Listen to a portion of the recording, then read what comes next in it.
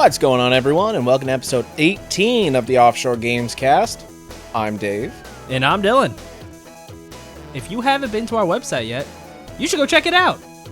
OffshoreGamescast.com. We post all of our episodes there in their entirety.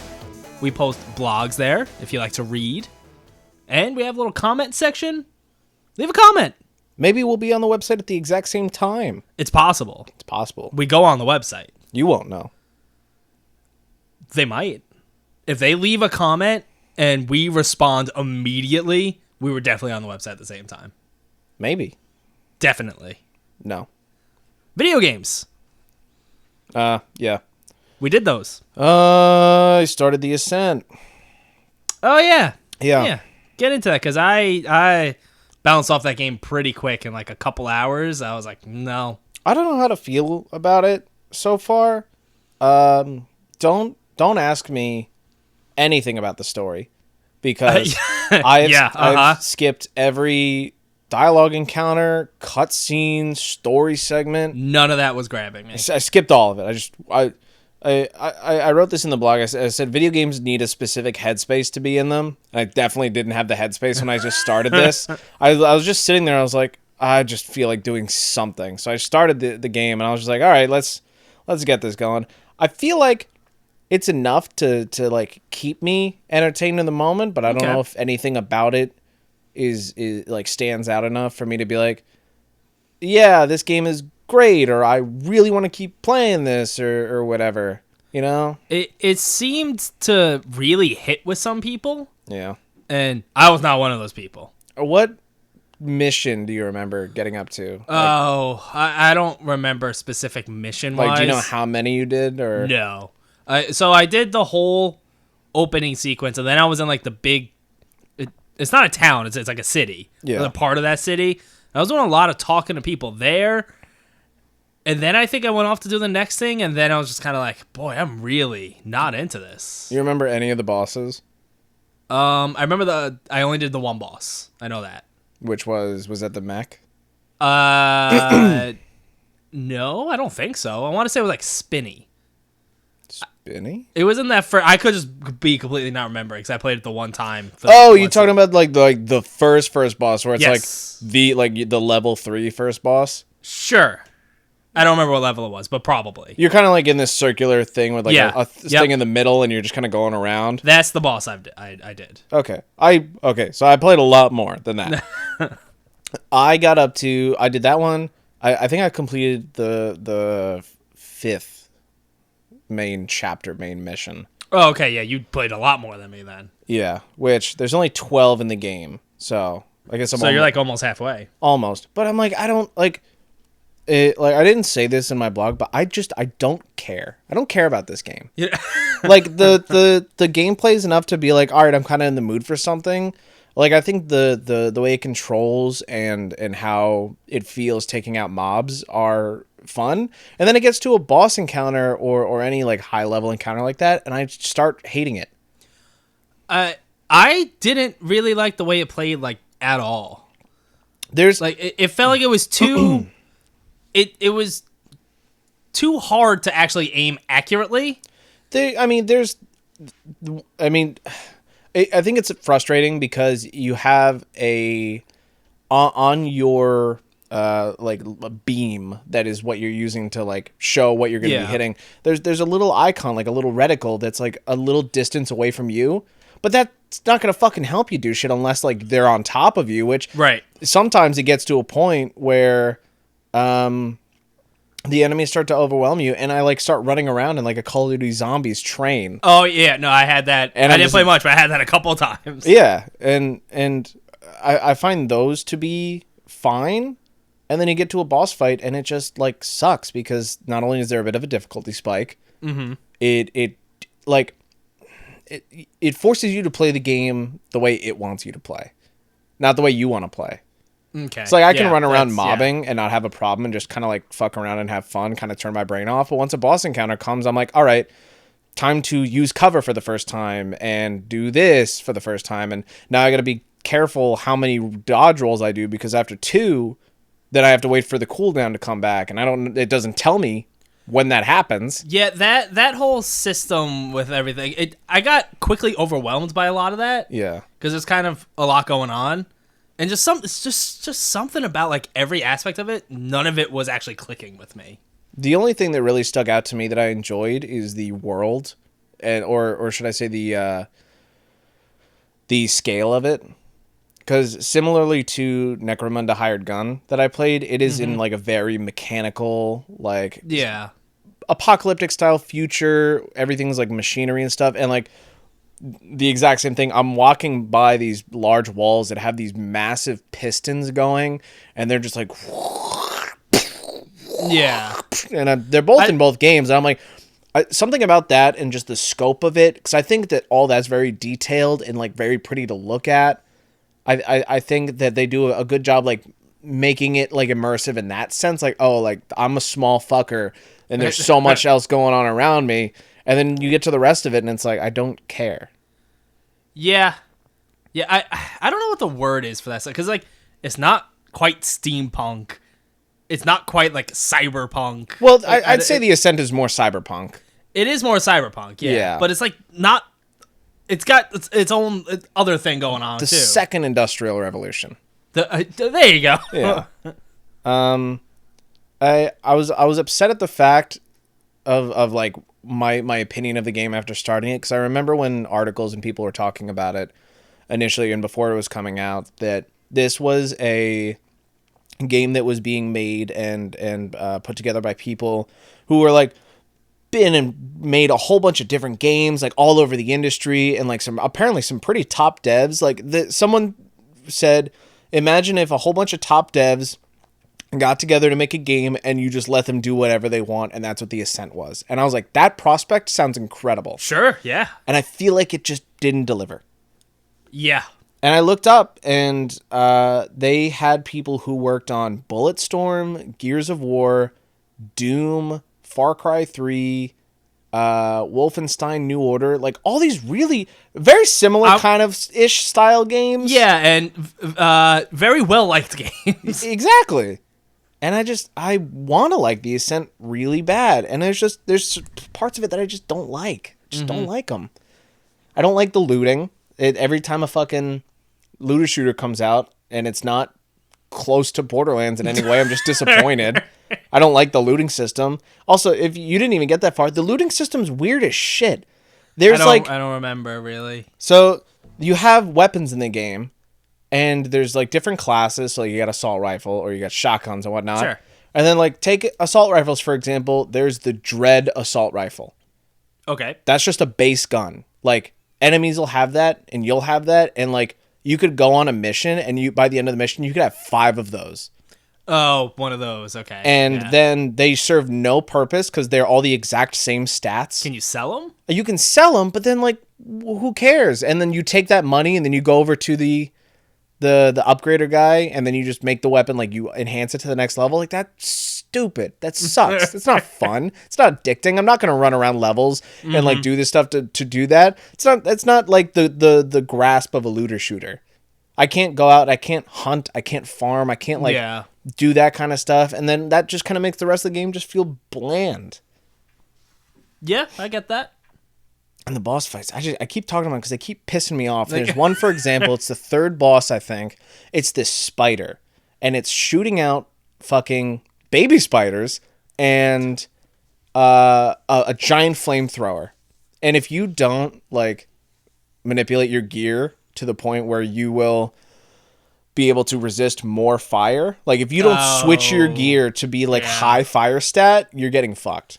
Yeah, that is so not my style of game. Not at all. Like I don't want to go into a boss encounter and be like, all right, I need this exact setup, or else I'm just not gonna win. That's like that's like a level of strategy that I know people are into. Yeah, but God, I am so not that person. No, and I didn't like it, and I did that. I must have did that boss fight a few times before I finished it, and I was like, all right, I'm done for the day.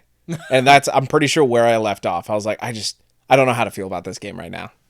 Do you think you're gonna jump back into it still?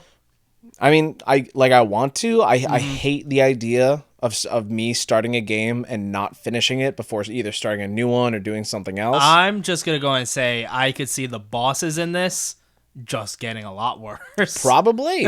And I don't like the game enough to go and do the side stuff to make me overpowered to the point where it's just like doable. Yeah. So, I mean, there's too many things coming out that I have much more excitement for, so who the fuck knows? Well, hey, at least it wasn't like a financial investment because Game Pass.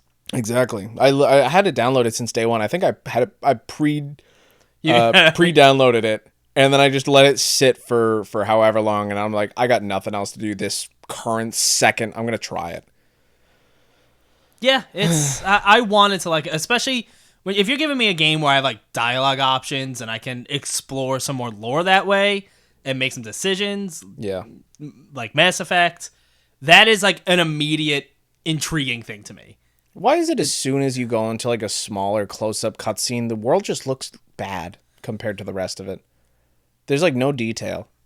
I don't remember that. Like, you see the world, you walking around, the level of detail and the contrast and everything, and then you go up to like a person and it's a third-person cutscene, like you looking over a pre-rendered cutscene, and their faces are just smooth and they have no detail. And it's just like maybe not everyone pleasing. After the second industrial revolution just has perfect skin. And our monsters or something. Like, what the whatever, man. I finished a couple of games this week. Oh, yeah? Including Neo, The World Ends With You. And I really like this game. It has... Alright, so it's separated into 3 weeks, each with 7 days that you play through. Kind of similar to the original game. First week, real good. Great introduction to the new characters. The Reaper's game has changed, but also still, like, it's still the Reaper's game, but with different rules. Mm-hmm. So it was cool, like, seeing what all the differences were. That middle second week is too much combat. They do too many. So I think the first game suffered from this too. It's too many like filler fights of like, oh, you want me to let you pass this way? Go do 5 fights in a row. What? And then you do, and they're like, all right, good job. And it makes sense in the context. Do you smell bad? No. It makes sense in the context of the Reaper's game, but it happens way too many times. Do you smell bad? No, I was just kind of checking the other one just to be safe. But do you smell bad? I don't think so. I don't have a good sense of smell, but I don't smell much. I don't really smell anything. So that middle week, it's way too much combat. It gets a weird difficulty spike at some point, which the original game also had. So I put it on easy. And then that third week comes around, and it's superb, that third week. Yeah. It's a lot of payoff that is very satisfactory. Satisfying. There we go. I'm real happy with the way the story ended. So you remember when I was talking about the original one? Mm-hmm. It kind of just ended, and stuff just kind of happened, and I was left with a lot of questions. Yeah. This felt much more like it ends, and the characters have their endings, the story has its ending, and I understood all of it, and it felt like an ending. Now, there's... this game was kind of touted as like, yeah, you can jump into it. It's like great for old fans, because the original World Ends With You was a DS game, so it's been a while. Also, but great for new fans.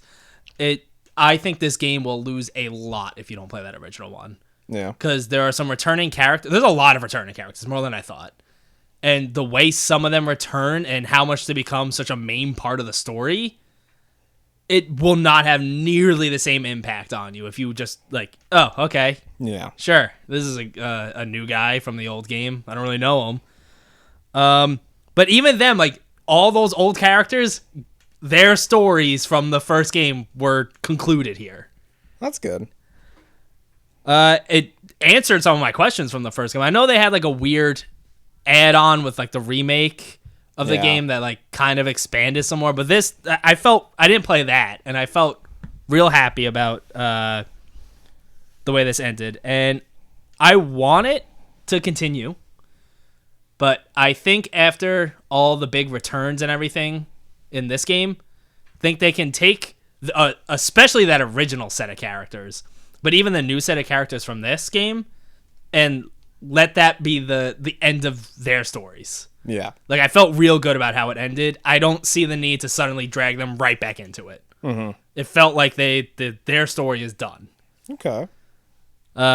So we'll see. I mean, I hope it sold well enough to make a third one. It apparently sold well enough to make a second one. Yeah, after how many years, but yeah. But hopefully. I mean, there was also that weird Kingdom Hearts 3 secret ending spoilers. If you get, I think it's all. If you take a picture of all the little hidden Mickey Mouse ears in Kingdom Hearts 3, you get the secret ending. Which is stupid. Which, yeah. Which Sora is brought in? Seemingly in Shibuya, which is where The World Ends With You takes place, and it's also Square. And people are speculating it's going to be more Square and less Disney in Kingdom Hearts 4. So that would be cool. Can't let Disney in.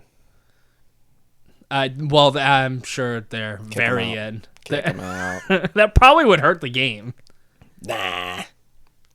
But yeah, I really enjoyed it. Totally can see this game in my top 10. Wow. There's quite a few games. I'm like, I have my top games from this year so far. Yeah. And then there's quite a few games where I'm like, I could see it in there. Mm-hmm. And it's not going to be a fun thought process to have to like eliminate some of these games. Mine's straightforward. I do it right then and there. Yeah, I wait until the end. Nah, dude. It's all based on perspective and your thought process at the time, and then boom, it's done. It's never done. It's done. What else did you play? I started the Hot Wheels game, Hot Wheels Unleashed. Oh, I didn't realize that was actually out now. Yeah, it came a day early. Well, not necessarily. Like there's some issue. Mine hadn't. I pre-ordered it from Walmart and they canceled it. Fuck you, Walmart.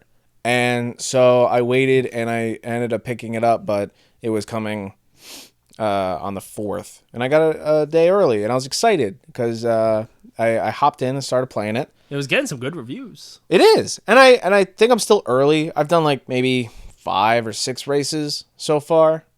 Okay, to start up, there's less than 80 cars in the game. Okay. Which for Hot Wheels sounds like nothing. Until they tell you that every single car has its own stats and drives differently. It's not just like... That would be a lot of cars to choose from then. Exactly. And you get them through this like blind box reward system, and also like you can get duplicate cars that you can trade in for resources and then buy more blind boxes. Can you buy them with real money? I probably. I think so. Because there's like the in-game resources, which is like this gear, and then I think there's a gold coin, which might just be real money. That feels like a free-to-play system, not a buy this game and then the system's in here. No, but like I wouldn't fucking buy any of those. Yeah. And it seems like they come frequent enough. Like there's a good amount of races and some of them have like the rewards of the blind boxes, and then if you get a dupe, you just trade that in and whatnot. I like it. It's weird though because of the fact that they have those stats and they drive different. I like have like a main car now. Yeah, which is like in a game like this, like it's I want to try all of them. Like I associate it with like Pro Skater Remake 1 and 2. You got all these challenges. You have all these different decks. Like I want to have fun with all of them. I don't just gonna want to stick to one. I assume they don't do the no, I don't see why the Spider-Man thing, but you can like apply stats to a specific car. No. Yeah. That'd be cool. But yeah, because that would seem like most of the fun of, I just unlocked this new car. Yeah. I want to mess around with it, but if it's like doesn't move the way that you like at all, then... Because like that's the thing. The car that I'm using now has really good stats. The only bad thing is that I think it's either like the turning or the braking isn't that good. Okay. But it's not enough for me to like change it. Mm-hmm. Like, it still works well. There are certain issues that I've come across so far. So you have like standard races. You have like single race. There's timed races. There's secret races, and the secret races I don't fucking get yet. Maybe it's because they're secret. It's well. Do you know the secret? No, well, it's not that simple. It's really weird. So there was a car that comes with like the deluxe or like the higher edition. Okay. And of course it has better stats than like the base cars you get, which is fucking stupid. Yeah, but expected. But when I ended up doing one of the races and you're looking down at like this, you know those carpets or the rugs that kids had back in the day that was like the town and Sure. like with all the roads and people drove their cars on them. I had one of them. You're looking down at a map that looks kind of like that. Okay. Not a rug, but like a town like that. Yeah, no. And there's different roads and different pathways that you take to like do the challenges. And unlocking one brought like a route down this one road to a purple secret race. Secret race. But I couldn't do it because I didn't have that car. I didn't have that deluxe car. Can you only do secret races with the deluxe car? I don't know because that doesn't seem right. It wouldn't let me do it because I didn't have that one specific car. I assume you can unlock that car then. I would maybe if I get it out of a blind box. Oh, that feels real dirty. Yeah, I don't like. I haven't looked into it. I've played for like I don't know an hour so far, but like it doesn't make sense why. I wonder if there are a bunch of secret races and you need a specific car to play. There's nine secret races. So I wonder if there's like 9 specific cars you need, and they're just doing like the first one is for if you bought the deluxe edition, here you go, you can do it. If so, that's fucking stupid. It's stupid either way. Yeah. Speaking of stupid, there's the time trial races, right? And there are 2 objectives for the one time trial race I did. Okay. And I believe it was beat the race in under 49 seconds and beat the race in under 44 seconds. Okay. That race will not show itself completed unless you beat it at the fastest time. So it won't show that like you did the race unless you do it in under 44 seconds. Yes. So it will not even give me like a silver medal for beating it under 49 seconds, which I did beat it under 49 seconds. And the car that I'm using right now, it's literally getting me there like 44 point blank or 45. Like it's like to the point where I was like, fuck this. But why, if you're going to do something like that, why have the 2 different times? You get nothing. It's so pointless. I also feel like that could maybe... So this is all on like this town map thing. Yes. I can imagine at some point that's maybe a little like, oh wait, have I tried this race? I can't see until like you have... So you can't do like the races in the top unless you unlock your way to get up there. Huh. That seems very weird. I hate it. I hate that. I hate that so much. Because why put the second time there if it means dick, if you're not going to get shit for it? Even though like it won't show as like clear, does that at least unlock the next? I don't remember because it doesn't. It like I looked at the time races like as it says in the corner like single races you've completed 2 of 35. I could look at the time races 0 out of whatever, and it's stupid. Yeah, I hate that. I hate that so much. And I don't necessarily even have like the best like explanation of why I hate it, but out of everything in the game, the more I fucking hate that. How does it actually like drive? Does it feel good? So I went in expecting more of like a Mario Kart style. I think you should expect more of like a traditional like racing game on like a crazy track. The drifting is not what I expected it to be. I would think it is a more of like an arcade, maybe not necessarily Mario Kart, but I would expect like a large unrealistic drift. It is, but I feel like you still need to fine tune it a bit, or else you will be hitting into walls a lot, like the walls of the racetrack. Mm-hmm. You have to figure out like when the time to drift is, and like adjust as you're drifting, like which way to turn and do that. Instead of like Mario, where I could just be like, and then just do that. I expected it to be more like that, but it's not. It definitely takes more thought when it comes into doing stuff like that. Another thing that's kind of a pain in the ass, but I assume, well, I've seen it be manipulated, is if you fuck up, you can fly off the track and just fucking like go, and then you got to either respawn. So that's Mario Kart. Well, there's that, but like you could like. It's not like you immediately respawn. It's like you have to sit there and you got to hold Y to respawn and then get back into the race and do that. And on top of that, I've seen people cheese and use their nitrous booster, get off the track and use it to get somewhere else. But even that is like a bit of a process and like having to figure that out. Yeah, I mean that's kind of cool though that you could do those shortcuts. It is, but in the middle of a race and like you're in first place of 12 and then you fuck up and then it's like, oh my god, like just stay on the tracks. I mean, but no, that's Mario Kart. Like, if you fall off the track, especially some of those harder ones, and like, you have to wait for the Lakitu to come, grab you with the fishing pole. Yeah, but it's not like you have power-ups to help you make your way up there faster. It's just nitrous boosts. That's true. And just your best skill or whatever. So is the loop basically just like, check out these different tracks and unlock more cars? Just keep doing races. That's it. Yeah, that doesn't sound appealing to me. I mean, it feels good. It's fun to play. I think the blind box thing is cool. I don't know. I want to enjoy it more than I have so far. Okay. I do think it's fun. I do like it. I don't think I'm liking it as much as I 100% thought that I would. You were excited for this game. Absolutely. And it looked really cool. And like I said, I'm still early.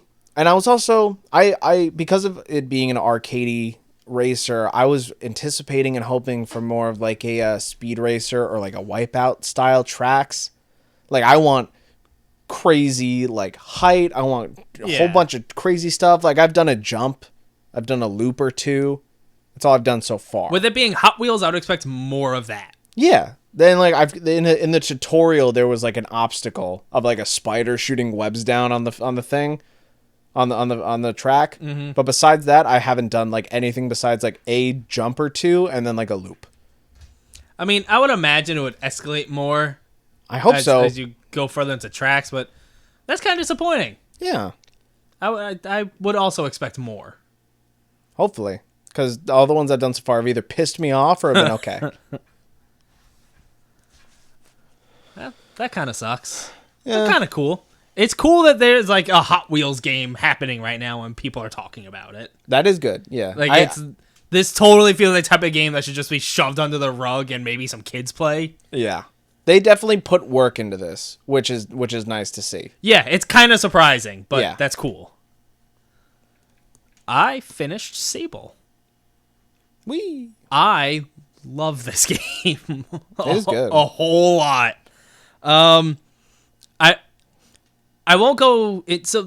I'm not gonna go too much into exactly what happens at the end, but it's not like this is not some crazy story game. This is not a game that's about like I gotta see what the ending's gonna be all about. It is what the gliding is. You're out to like explore the world, kind of do some self discovery, figure out what you want to do, where you belong, and the end comes and you make your decision, and like that's that. Mm-hmm. I'm not going to go into details about exactly how it all goes down. But this is one of those rare games for me where typically when I'm playing a game, I'm playing through a lot for the story, and I really want to see what happens at the end. Yeah. This was much more about just the journey of exploring this world. I really like how they handled a lot of the lore. Mm-hmm. It is never in your face. And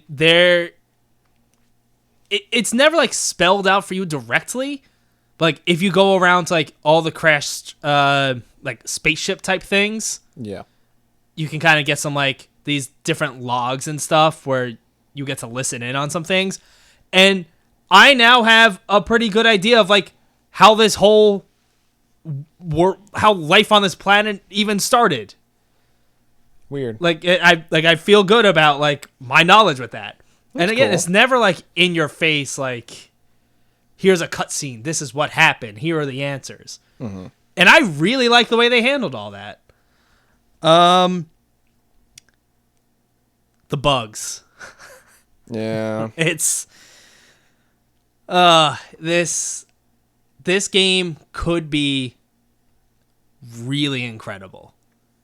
And instead, it's really good and held back. Because I can tolerate, like, some performance issues. Yeah. And even a couple bugs in it. Like, I'm not one to typically hold that against a game. But it is so overly distracting in this game. Yeah. I have clipped through many walls and objects and floors. The menus are, I would say, 60% of the time broken. They just, like, don't load in properly, so I can't see all my options. They're not working properly. I get stuck in them and can't exit out of them, and have to exit out of the game entirely. I've had NPCs not spawning. I've had creatures not spawning. Every time it autosaves, which is pretty frequently because it autosaves anytime you discover something or pick up an item, the frames start dropping like crazy. It's just, the hover bike doesn't, when it's flat ground, great. The moment it hits anything that is not just flat ground, even though it's hovering, it just fucking does not do what you want. It just goes out of control. Mm-hmm. And it's supposed to do the thing where you can, like, do a whistle and it comes to you.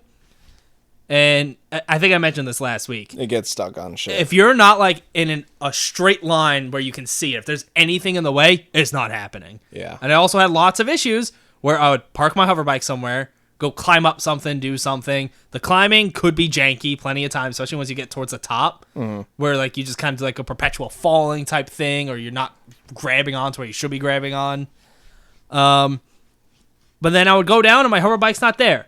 And it says it's somewhere else on the map that's, like, a decent run away, and it's not coming when I'm calling for it. It's just stuck there. Mm-hmm. So now, even though I didn't leave my hover bike there, I have to go run all the way to where it is, get it, and then drive it back.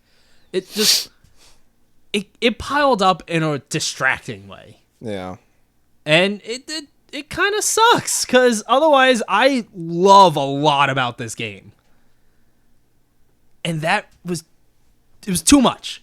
It was just too many issues with that. Like, I shouldn't have to keep quitting out of a game to be able to, like, keep playing it.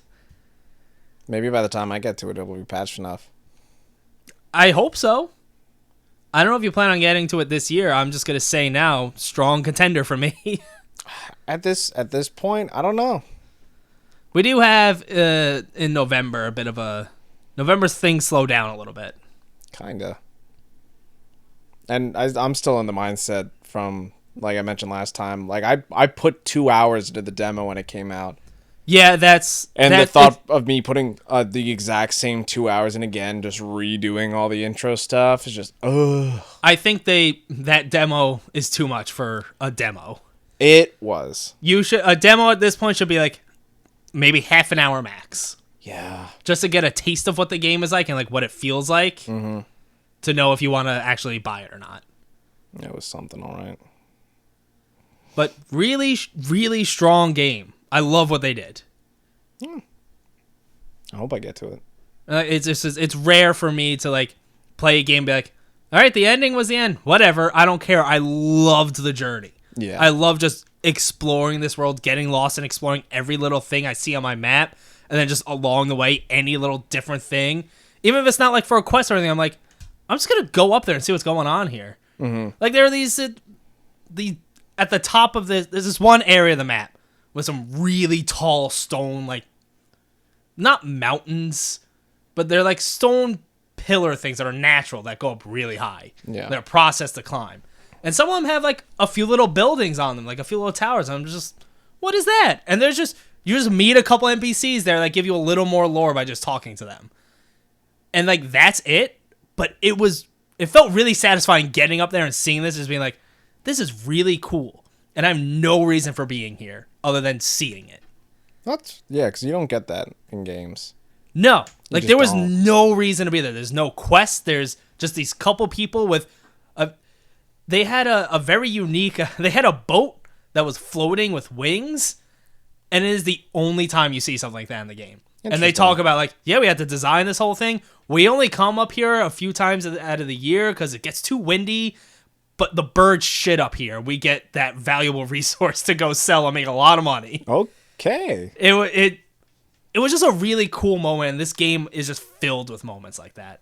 While you're here, you want bird shit? I didn't get any bird shit. This is the place to get it.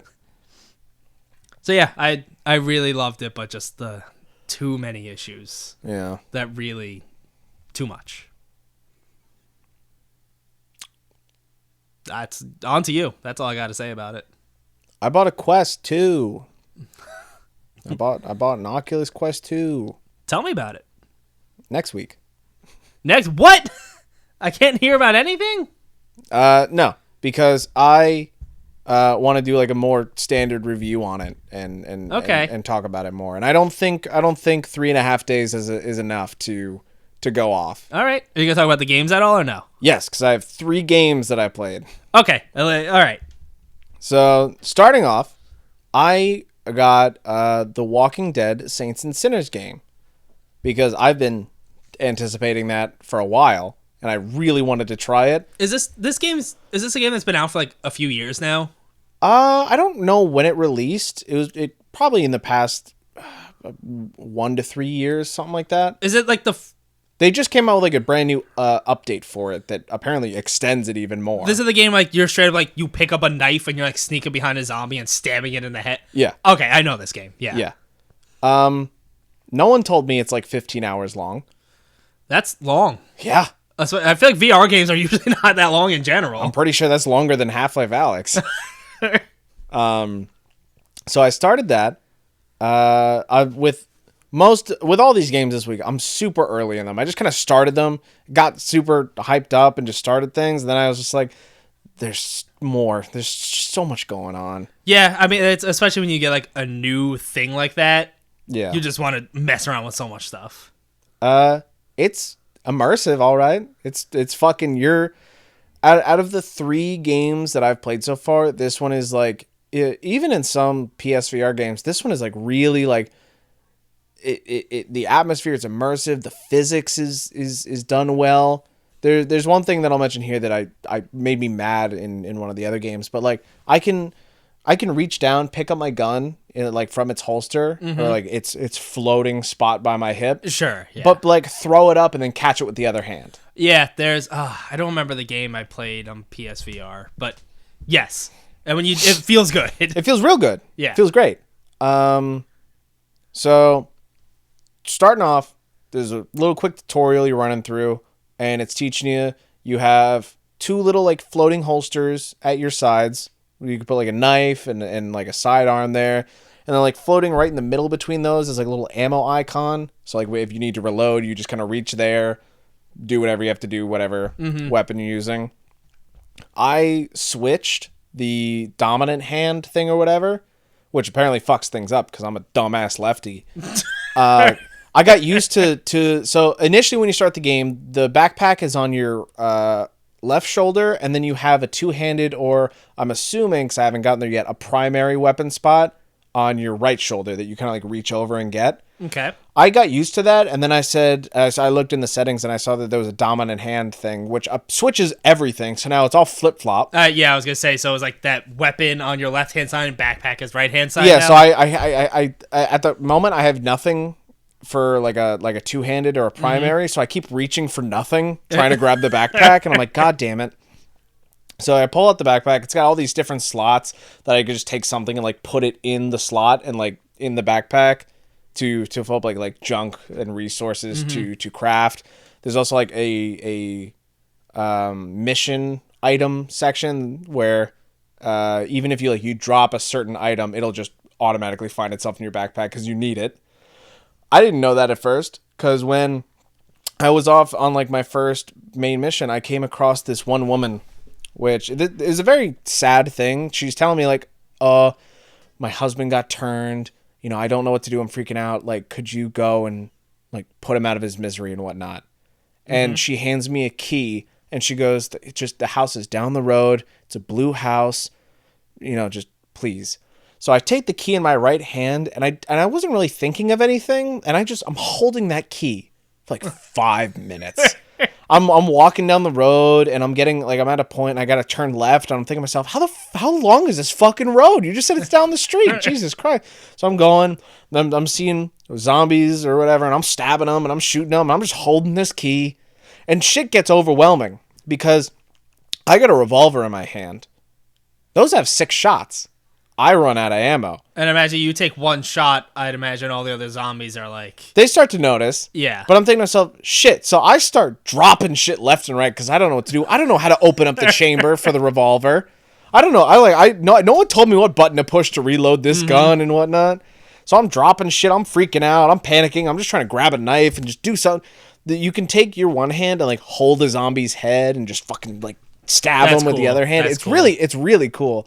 And there's like this fun little like lore-based tutorial section where you walk up and it's the first thing you do is you get the knife and you have 3 walkers in with no extremities in barrels with burlap sacks on their heads for training. Okay. Which is a thing that they do in the show, which I think is cool. You could just go up and like, yeah, here's some walkers we caught. Just go test them out. So I'm walking up, I'm grabbing their head and I'm just... which from a no context perspective of someone playing VR, you're just seeing someone just... Yeah. just stabbing over and over. It's like, are you okay, bud? I'm like, yeah, no, zombies. It's all right. He goes, oh, okay. So I'm freaking out and I'm dropping everything and I drop the key. And I'm thinking to myself, like, I'm gathering the rest of my stuff together. I make it to the blue house. There's so many fucking zombies everywhere. I'm like, fuck. Where's the key? I'm looking on the ground. I can't see anything. I'm like, just to be safe, I pull out my backpack and I see it's in there. I said, thank fucking God. Let's see, what else did I write? Besides that, it seems like the main gameplay loop is you are on this bus, like this rundown school bus that is where like your hub and like your main area is. It has a gun wall on the inside for you to just like put guns up and whatnot. Are you like literally driving this bus around, or is it like broken down? It's like just like your little house kind of. My little house. Okay. Like I'll go and like to the next area and like that'll be it. Or like I you're not physically driving the bus around. Okay. To be honest, I don't even know if the bus is coming with me. I might just come back to the bus and then move out to the next area. I don't know. I haven't played enough. Okay. But at the bus, I have a little gun wall to like put all my weapons. I have a big chest to put my inventory in. There's like a little rest area I could drink out of a flask and then get drunk and go to sleep. Okay.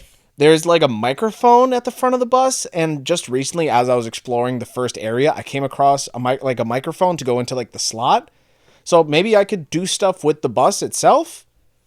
That could be cool. Maybe you could like use the microphone to like draw walkers to the bus or something for some reason. I don't know. Or maybe I could contact someone. Who knows? That would probably make more sense. Maybe. That would.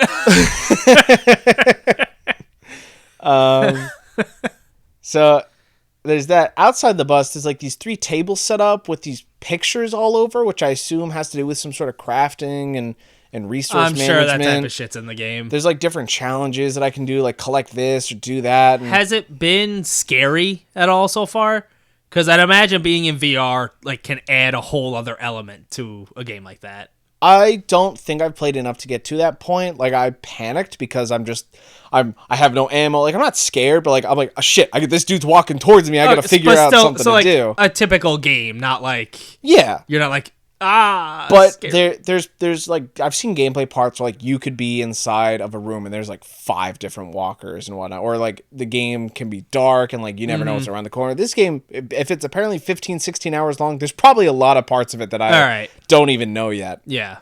But it seems like you go around location to location, just completing tasks and just I don't know if there's like a base plot, because like I said, that's what I was gonna say. Is there like a main story, or is it just fucking survive? It's the zombie apocalypse. Maybe I went to the map. I went to my first location.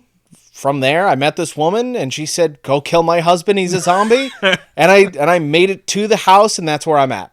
You didn't kill the husband yet? No, I'm not. I haven't even done that. I was taking out the walkers around the area, and then like I noticed that I couldn't get in through the front door, so there's like a gutter that I could climb up and like get on, like to the house from there, and I think I stopped right there. right as I was climbing. Okay. That's all I remember. Okay, I'm going to wait till next week. I have a lot of questions about the Quest 2 itself. Me too, because am I going around killing husbands all across this land? Or No, the Oculus Quest 2. yeah, Not the quest of the game. the quest. I want to know about the quests. I want to know about how the VR is. Yeah, how many husbands do I have to kill? The amount of husbands I had to kill at Best Buy to get this thing, it's insane. That's cool. Do you want to I only have one more game to talk about, so I don't know if you want to go on to another. Do you have more VR games?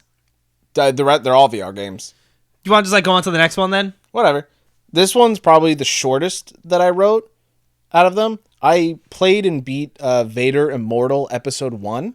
Is this the Star Wars, Darth Vader thing? Yes. Okay. So apparently there's 2 different main Star Wars games on VR. There's Tales from Galaxy's Edge, and then there's Vader Immortal, which there's 3 episodes of, which I haven't played Force Unleashed, but it seems like it's kind of going the same route where Vader kind of needs an apprentice and he needs help. The whole first episode, you are just kind of doing your own shit. You get abducted by the Empire, brought back to Vader's lava tower, and then he needs help with some artifact, and it ends with him being all right, I need you, we're gonna start training you and whatnot. From what I heard, the first episode's kind of disappointing, and it's kind of disappointing. It's fun. It's fine. You don't really get to do too much. You're standing there, and I think we were trying to escape from the Empire, so I was hitting some buttons on my little area in my ship while my robot pilot is doing stuff. So I'm not doing too much. There's some climbing, I'm climbing a ladder or some broken metal that I'm climbing on. Nothing too crazy. I get this hacking device, which requires me nothing more than to take it, put it in a slot, let it do what it does, and then just pull it back out and put it back in my holster. I think I did that twice the whole game. Okay. Halfway through, I get a lightsaber, and this is where it kind of sucked, is because this game doesn't have the same physics level as the Walking Dead game. So if I take the lightsaber out, I can't throw it. I can't throw it up in the air and catch it in my other hand. It just automatically reslots into my holster the second I let it go. You should totally be able to take your lightsaber and throw it at somebody and use your fucking force to call it back. I will say there's no force in the first episode. Why? At the end of the first episode, Vader goes, I think it's time for you to learn the force. So episode 2, I assume, will be force focused and much more entertaining than the first one. Yeah. Hopefully being able to do shit like that, because that would be awesome. Even if the lightsaber is not out and it's just the hilt part. Yeah. These people toss it at somebody's head to fuck them up and then call it back and then. That was frustrating. There's great opportunity there. Absolutely. So there's climbing. I get the lightsaber. The first thing you do with the lightsaber is this little sequence where there's stormtroopers show up and your pilot buddy is doing some Destiny style hacking shit. So you have to defend everyone. And all I'm doing is just waiting for them to shoot a blaster bolt at me, and I just deflect it. I go bing. That's bing. Yeah, that should bing. be a part of the game to deflect that. Yeah. This seems, based on how you're describing it, seems like this is not giving you the power fantasy that you would want from Star Wars. Not at all. This is someone who was just casually doing their own shit, and then Vader's you're coming with me, little buddy. I'd rather just play as Vader and have all the powers. Yeah, and there's there really isn't any puzzles in this one. I'm just kind of following my robot pilot. I'm just kind of doing stuff. I'm just kind of waiting. I'm waiting for it to get good, and it doesn't really get good. The worst part to me was the ending sequence where of the whole game, right? Yeah. Well, it's only 40 something minutes long. Okay, so this whole game is episode 1. Yes. Not episode 1 the movie. No. Episode 1 of this. Vader Immortal episode 1 of there's 3. 2 more. How much do they cost? $10 each. Okay. Yeah. All right. Whatever. The Walking Dead game was 40. But that's like, But if that's like a 15-hour game, like, Yeah. sure, that makes sense. that's insane. Yeah. This is VR I'm talking about. The ending sequence has you battling alongside Vader, taking down these. So you're on this like you're in this ancient temple. This elevator's going down as these droids surrounding the room are like jumping down onto the elevator as it's descending, and you and Vader are like fighting them off. It's VR, so I'm stuck in one spot, and these droids are coming down, and I have to use my lightsaber to block their like saber things. So I go block, and then I try to get a hit in. Mm-hmm. Block, hit it. It's all so repetitive. Yeah, that seems like you would want the combat in this game to be more, not as like regimented. Yeah. You want it to be a little more free form, where it's like, obviously enemies gonna have attack patterns, but like, yeah, not have it so it's like, all right, block, strike, block, strike. They try to throw it in where it's like, all right, now you have two, but then like one will attack first, then you turn, you'll focus on the other one. It's not really like you got to be cautious of both at the same time. Right. And I don't believe it gets to a point where it's more than just two at a time. And the whole sequence just felt like it dragged on forever. Damn. I feel like I must have taken out like, I don't know, 10 or 12 different droids. And you'll take out like one or two, and then you'll like kind of wait like a good 10, 20 seconds for more to come in. So this is like going on for just way too fucking long of me doing the same thing. Yeah. And then I'm waiting. I'm thinking to myself, Vader, just do something. Just use some power. And of course, at the last second, he's like, I'm about to be overwhelmed, and one's going to hit me, and he like kills them all. I'm like, just you took way too long. It doesn't have to charge like that. It's just the Force. Hold on, I'm charging my Force over here. And then he comes over and he goes, put this thing in the thing. And I'm like, all right. And he goes, we're gonna teach you about the Force, little bud. I said, okay. And then he's waiting as he's holding his hand out for $10 more to continue. That's what it feels like, at least. I think it's fine. I'm really hoping that the next two are so much better. I mean, yeah, hopefully, at least with the Force stuff, hopefully it's a little... Yeah. Because that feel like that would be the most ideal thing, playing with the Force. Star Wars, if like, can't think of much better fits for something in VR. Yeah, that's like perfect. I mean, like one of the other cool things is just like standing there, like looking at Vader, because he's like a 6 foot something dude. He's big. Like you're just sitting there, like I'm looking at Darth Vader. Like that's cool. Yeah, sure. And that's it. That's it. There's one part where like you're going through a vent system, and like of course if you're in a vent system you have to stop at some point, look through whatever holes, and just see what conversation has to happen at that time. So I'm watching this conversation happen between like Darth Vader and someone else, and I think I started zoning out because I just didn't give a shit.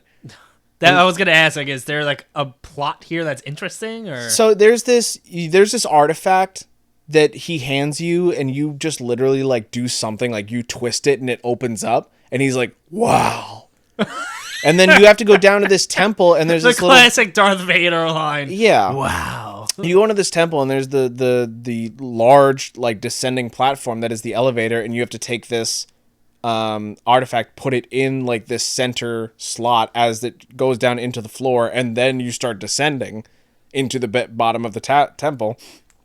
And then Vader's like, all right, $10. Come on. And that's it. And it's like, I feel bad because I feel like I'm literally just explaining the entire game, but like it's just 40 minutes long. Yeah, and like how, if there's not really like a good plot, I mean, yeah, whatever. It's like I don't remember what review I wrote it in. It might have been The Walking Dead or whatever. I find VR games extremely hard to... They're hard to talk about, and they're even harder to write about and describe, because the idea of being a VR game is so essential to like the experience that you're... Sure, yeah. It's not something that's necessarily easily describable in words. It's just feelings. Like, yeah, I'm playing a VR game, and my brain neurons are firing. I'm getting feelings. This and this. It's hard to translate into words. You just kind of have to just do it. You have to give Vader $10. You have. It's the only way to know how to feel. Yeah. Now, This last game, I could go in depth on because of how much I love it. So that's up to you whether you want me to continue or if you want to say yours. I'll do mine because mine's pretty quick. Okay. I played a little more Lost Judgment. Ooh. I haven't touched the main story still. Really? I am Skateboarding. Oh, well. I am. Well, I'll get there. I am just going all in on the high school with the whole All right. Normally, a Yakuza game will have like a mini game that's a little more fleshed out with a storyline to it. Yeah. So I don't know if I think it was Yakuza 0 or it might have been Kiwami or Kiwami 2. One of them had like the little like Hot Wheel racing thing. Yeah. And that like had its own storyline, completely optional, and like a mini game. Now the high school takes like 8 of those things, and they each have their own storyline with it, with an overarching storyline across all the mini games. That's cool. And it is just like heaven for me. Yeah, I bet. Because so there's the Misery Research Club, which is like how it all starts. You become an advisor for it. And they're like investigating some shady shit going on at the high school. Let me tell you, there's some shady shit going on at the high school. Oh, I bet. And you have to like infiltrate other clubs in the school to get students to trust you and open up a little more about the shady shit that's going on. Because they're not just going to tell some random dude. Yeah. So it starts with the dance club, which is like that rhythm game. Then there's the robotics club, which is you're like building a battle bot basically, or a team of battle bots. And it's this like grid base. You're like moving across a grid and you have to get these blocks to put down on the grid. Mm-hmm. And the goal is to have more of your blocks on the grid when time runs out, or to put a block down in their base and then you just win. Yeah. But you can only do it, like, it has to all connect to your base. So you can't just take a block, go to their base, and put it down. You have to connect, like, a path from your base to theirs. Interesting. Then there's the... You kind of leave the school and you go join a boxing gym for criminals. Like, they only let criminals past criminals join the boxing gym. Okay. Or people that are, like, really tough. Yeah. And there's a student there, so you have to go there. And now there's a whole boxing minigame with its own storyline. I have also unlocked like the starting point, but I've not gotten into joining a skateboarding crew and a motorcycle racing gang. Ooh. And I haven't started those yet. And then there's still 2 more that I just have not unlocked and I don't know what they are. Weird. So, as you can imagine for someone like me, where a large reason why I love these games is this type of shit, I am just... That's a lot of content. Yeah. Yeah. I spent one of my days off for like over 5 hours straight just doing this, and I'm maybe like halfway through half of those mini games. Wow. Because they have like a little bar on like the case things where you can see your progress in them. So that's all I'm doing, and I'm loving it. And if the main story is on par with what you expect from a Yakuza game, yeah, this is gonna be like one of my favorite entries in the whole series. So I mean, that's good. I mean, it all like it depends on I know Yeah. a lot of reviews saying like the main story maybe doesn't hold up as well against some others, so we'll see. But either way, like I am just fucking loving this shit. That's gonna be me tomorrow when Far Cry comes out. You're gonna go to the high school? I'm gonna be doing everything. I have 100%ed the last few Far Cry games. So. Oh, I do want to say with skateboarding. Remember I said when you're grinding, you're just do like a quick grind and jump off? Yeah. That was because I was grinding on the rails in like on the city streets where they have like little bumps on them. Yeah. To stop homeless people. Sure. When I go to the park, there's railings there that don't have those bumps, and you can just grind across the whole thing. Oh, that's awesome. So it's not just it depends where you're at.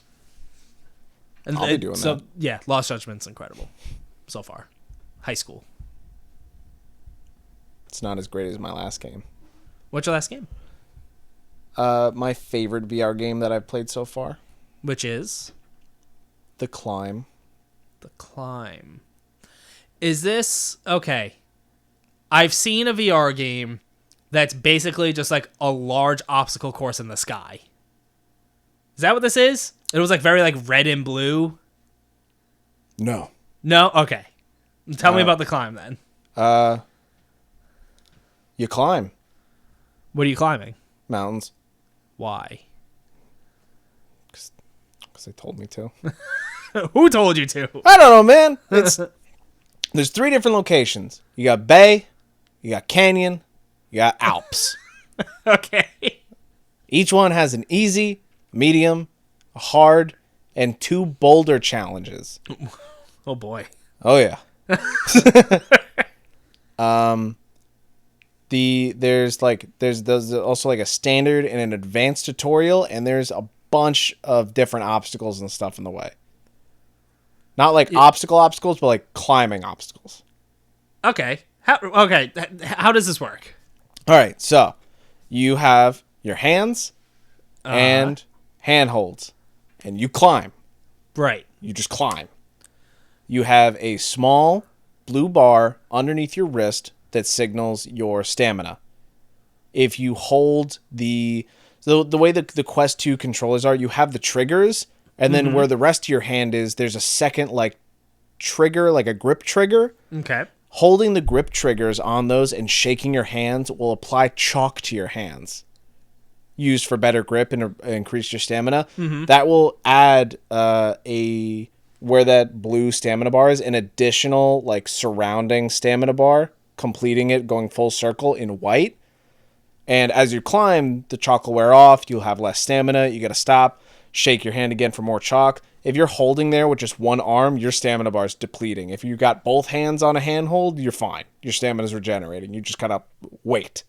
Okay. So you're climbing. You're like looking for handholds. You're working your way through. And this shit's a fucking workout. Like the first time Well, I I can tried imagine it, because your arms are probably in the air the whole time, right? yeah, sometimes like I'll keep my arms down like close to my chest as I'm like, I'm putting my head in. Well, I can only imagine your arms. My shoulders, dude. Yeah. For the past few days, I played this game right when I wake up before work and then right before I go to bed. It's like my arms have been so sore this past week, but the game is so much fun. So I'm climbing through, and it's super simple for the easy courses. For all of them, you're going from like platform to platform, from like A to B to C, and C is usually the last one. But you start on a platform, you got to climb up, make your way to the next platform. That's like the checkpoint. There's little like those clips. Boulders. No, there's the fucking climbing clips. Not the paracord clips. The fucking clips. You know, you put your Grappling keys. hooks. No, what the fuck are they called? Carabiners. Carabiners! That sounds like a derogatory term. Carabiner. That doesn't sound like a It's what it is. I believe you. Hey, Google. Carabiner. See? That's called a carabiner? Yes. I know that thing. It doesn't... what a dumbass name. Yeah, that It's doesn't like fit Aglet. what it is at all. Yeah. So there's different carabiners hanging around this mountain. And once you get there, it's a checkpoint. So if you were to fall, you'd respawn there, but then they're like main platforms of A, B, and C to get to. And starting on the medium, I have completed each easy and medium run for the 3 locations. I only have the challenges and the hard left, because you get points based on your run, and those get added to like your level. So like you start off at level 1, and I think you have to be level 4 to unlock each medium course, and you have to be level 10 to unlock the hard course. Do you get like stat increases? Like, does your stamina get better or anything? No. Okay. But so the way it works is cool, because there are obstacles in the form of, well, okay, so you learn these in the advanced climbing tutorial. There are certain handholds that have like a green plant with like little red flowers and whatnot. That's just poison. That's toxins. Oh, okay. Try not to grab those. So like you have to like reach and like try to grab something else and like avoid those handholds. My favorite one are when handholds are dirty and they have little rocks in them, you have to hold the trigger and use your hand to wipe the rocks away before being able to grip onto it. I know, like, that sounds kind of silly if you don't, like, think about the action of doing it. Yeah. But, like, actually thinking about doing that in a game, that sounds cool. Because, like, I'm holding on, I go to reach, I'm like, shit, so I gotta hold on again, bring my stamina up, reach over and start wiping it off, and then grab onto it. Like, that, like, without, like, some VR context, that sounds stupid. It sounds stupid. But that also, like, that sounds cool. This game sounds stupid, and, like, it's so simplistic, and I've had, like, the most fun playing this so far. And it's, I'll get to it, but I have a lot of fun with this game's physics, too. The most challenging of the obstacles are, so when you're going to grip something, like, say your hand was just cut off, and, like, because you just have floating hands. Yeah. So the stamina meter kind of wraps around like a bracelet would, where your wrist would be. Okay. Completely underneath your wrist is a small disc that will extend down like an inch or two as you pull the trigger. So when you pull the triggers and you're holding onto something, that disc is down all the way. There are certain handholds that are better described as finger holds, where you need to squeeze the trigger like halfway to make that disc turn blue and kind of sit in the middle. And you need to do that because you're only holding on by like a few fingers. Otherwise, if you're holding down more, your stamina is going to drain. You have to hold it like perfectly if you want to continue. That's cool. And not lose more stamina. And those are really fun. I haven't really come across too much because there are numerous routes that you can take when doing your climb. There's like a main route at points, but like then those can split off. Where there was this one if you go down this other path, this lady's like, "Can you kill my husband?" He's and I'm in just the blue like, house. I'm like, I feel like I'm doing this a lot. Me and my buddy were playing, and I was watching him play because we were had it casting on the TV, and he starts at A and he's climbing up and whatnot, and we're both not paying too much attention, and he looks around and he finds himself back down at A. He somehow got turned around and crawled back down towards the A platform. But aren't you climbing down then? When did you know not to climb down? Sometimes you have to climb down. Interesting. You're not climbing just straight up. You're climbing around corners, up, down, all over the stuff. You're using wires from one rock formation to another. Interesting. So I take the headset and I said, "Let me do it." And I somehow wound up back at A myself. Yeah. I don't know how, but I remember sitting there and he got down to the platform and he goes, "I don't know what happened." I'm sitting there and I'm probably like 20 feet away. I look to my right and I go, "What?" I look over, I see the platform. I go, I did it too. And I'm just like, how the fuck did that happen? But one of my favorite things, for example, is, so there's that formation, there's the metal wire that is like hooked into one formation to another that you can climb across. It can be ballsy, but you can take your arms and you can jump. So like you can hold it and you can like thrust yourself up to like grab onto something else. I take that thing and I toss myself to the side and catch it again. I'm throwing myself in the air and then trying to catch it again before I fall. Just for fun? Just for fun. Like I'm throwing myself 10 feet over nothing to try to catch myself and continue up. And I try to, I think I did one medium run in less than 5 minutes, and I got I completed a challenge for that too. But if I see a certain spot where I'm like, I think I could just throw myself over there, I will. There's parts where you can climb up to the top and like you can look over that rock formation that's like, I don't know, like 3 feet thick, and on the other side see an empty space, and then on a few feet away from that is like the next wall.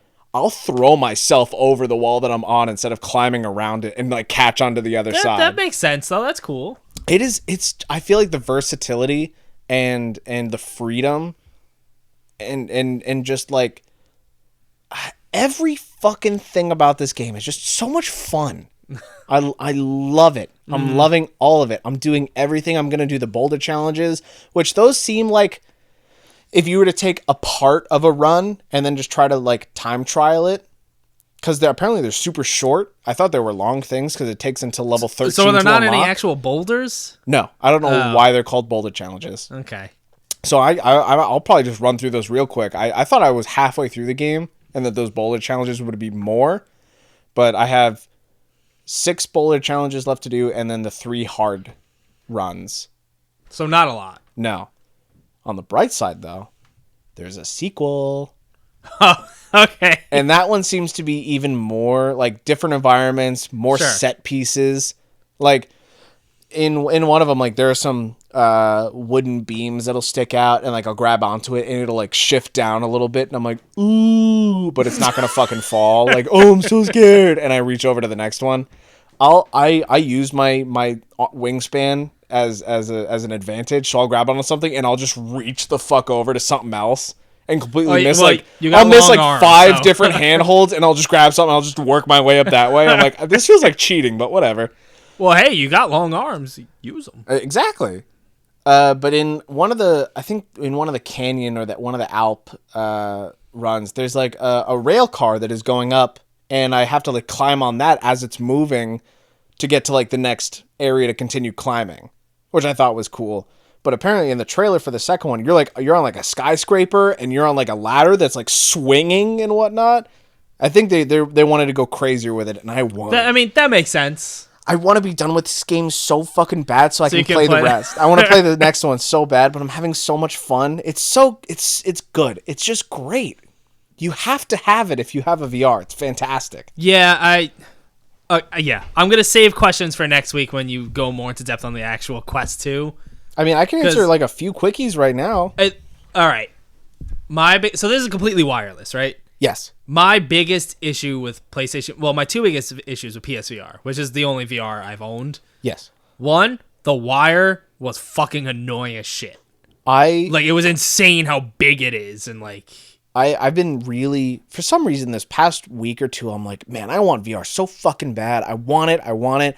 But the idea of going through the...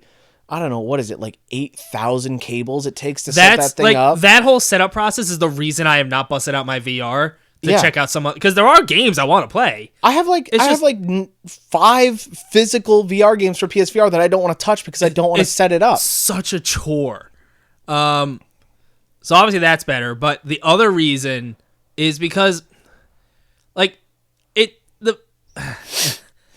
understand PSVR is maybe one of the cheaper ones.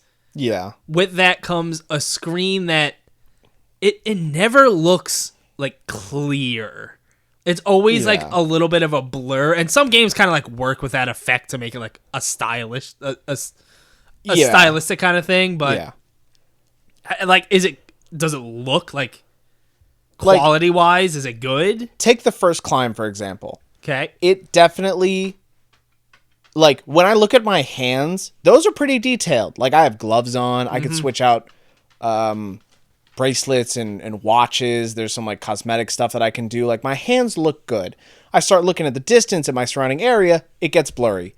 I think the first climb came out with the Rift in 2016 or whatever. Okay, so that's still pretty early for VR. Yeah. I mean, there's like, as I'm climbing on the handholds, some sections and some maps look better than others when it comes to clarity. But like, I'm looking down and like, it's blurry. It's definitely blurry, but it's the best that I've seen. Because like when I think of PSVR, I think of like a blur filter is on top of everything. Yeah. You know what I mean? What I was saying the other day is that from my opinion on the games that I've played and how they look and just how it's going right now, I think that VR is in like the PS1 era. Okay. I think we're in the PS1 era of VR. And I think that like it looks good, it's fun. Like it's because like after like take PS1 for example, that's a big boost. Games are like much more 3D. They have much more detail to them. There's a lot more going on, and it just gets better. Mm-hmm. And I think that based on the quality and what we can do with the VR that we have now, I think that we're in the PS1 era. Okay. It's still exciting. How much should this cost? So the version that I got was an updated version. because initially they were charging $300 for the 64 gigabyte. I got the 128 gigabyte Okay. for $300, but I had some Best Buy coupon that saved me 10% off. So I didn't spend $300. That 10% on a $300 purchase is good. Yeah, after tax it was like $290, which That is less than I thought yeah. this would be. Just one more quick. I know we're gonna get more into next week, I'm sure. Yeah. Is the setup of this literally just like put it on my head, turn it on, we're going? You talking like out of the box or like just to start? No. Like I know out of the box, I'm like there's a setup process. I'm sure, yeah. but I mean like once it's all set up for like after that initial time, like for you to like go home and play VR tonight, let's say. Yeah. Is it literally just like turn it on, put it on your head, and like you're in the menu? So this is one of my favorite things. I put the headset on, I put the controllers on my arms, and I put the straps on, and I have like a little passcode pattern symbol. So I draw the symbol with the controller, and it actually, the way it works is there are 4 cameras on the exterior of the headset that allow for tracking and for something called pass-through mode, which as you have the headset on, you will literally see your room and you can just walk around with it on. It'll be in black and white, a little grainy, but you can just see. That's interesting. It is. After that, the tracking will be like, hey, do you want to do a room scale setup or a stationary? Like, or do you plan on moving or do you want to sit still? So if you do the room scale, it'll look like you'll see these things come down. It'll be like, is this roughly where the floor is to you? And you're like, yeah. And then it's like, all right, use the controller, draw out your play space. So I'm literally drawing like a rectangle in the open area that I'm in, and it can remember that. It can remember numerous. I can walk from one play space, pass out of the play space, immediately it transitions into pass-through mode. So if I draw my barrier and like I get close to it, I see a grid come up letting me know that that's where the wall is. If I stick my head through that wall, I can just see the room and I'm in pass-through mode. And I can walk from one play area to another play area that I set up previously and just continue. It's crazy. That's kind of really cool. You could be like, I'm gonna play with my buddy in the living room. Yeah, I'm gonna go into my room and just sit down. I just want to go into my room, and you could just not take anything off, have your play spaces set up, and just walk into it and you pick right back up. Yeah, I mean, worst comes to worst, you just redraw the boundaries, or you have to like reset up like for if you're sitting a different way and whatnot. But it's so fast. That's really smart. And like compared to PSVR. All right, now imagine setting up PSVR in one room and then wanting to switch. Like, fucking throw it out. Yeah, just like you just give up. I love this thing. My biggest gripe I've already like thrown out the window because of the things that this thing can do, but it sucks that it only lasts for about like 2.5 hours before you have to recharge it. Oh, well, to be fair, at least like for me in my experience of VR, I typically don't want to play VR for more that amount of time anyway. True, but I'm also in like the honeymoon period and I don't want to put it down. So I let it charge for a little bit and then I go put it back on and do a little bit more. And then I let it charge for a bit. Like I was playing the other day, I was playing The Climb, I was doing something and I put it down to charge and I said, I guess I'll play some Hot Wheels or something. Is that why you're not liking Hot Wheels? Because it's like I just want to be playing VR. Honestly, a little bit. I mean, I was saying this too. I get into the mood where one, I know for a fact when I'm going to slip out of a gaming mood and watch Netflix for like 2 weeks. I can sense when that's coming up. Yeah. Also, I know when a game that I'm like extremely anticipating is coming out, which is Far Cry, which means in like the leading up like week and a half, I will have zero interest in any. I don't care about a single game that isn't the game that I'm thinking of. Yeah. So I picked up VR, and on top of being excited for Far Cry and being just enthralled with the VR experience, I just have no interest in the Ascent, in Hot Wheels, in anything. I haven't even touched Eastward in like days. And you love Eastward. I love Eastward. But I just like, I want the action of Far Cry. I want that experience right now. And also VR is just like the most beautiful thing to tide me over. Because it's literally a whole new experience. Yeah. And it's great. That's okay. You should get one. I was gonna say you're honestly kind of selling me on it. I put it on the charger before work, and like I said, I gotta bring it over. I will bring it over, and it'll tempt you. Once your birthday comes around, use a Best Buy fucking discount and buy one, dude. It is. I remember when I went to go pick up Deathloop, and I was waiting on like the pickup like customer service line that they had, and this random employee came over and interrupted and was like, "Hey, I got that quest for you." And the dude who was helping me was like, "What?" He goes, "Yeah, isn't this guy getting a quest?" And I had to hold back so bad from being like, "I'll take it." I hate customer shit. But I'm thinking to myself like, oh fuck, I want that real bad. And I literally think it was from that point I was like, I don't know, maybe I should get one. That planted the seed for you. It might have. And I was like, is this a sign? And then I went back and I was like, I have to get it. And I got myself one, and I just cannot put it down. I love this thing so much. And I looked up things, and people say, and I do believe them, that it will wear off.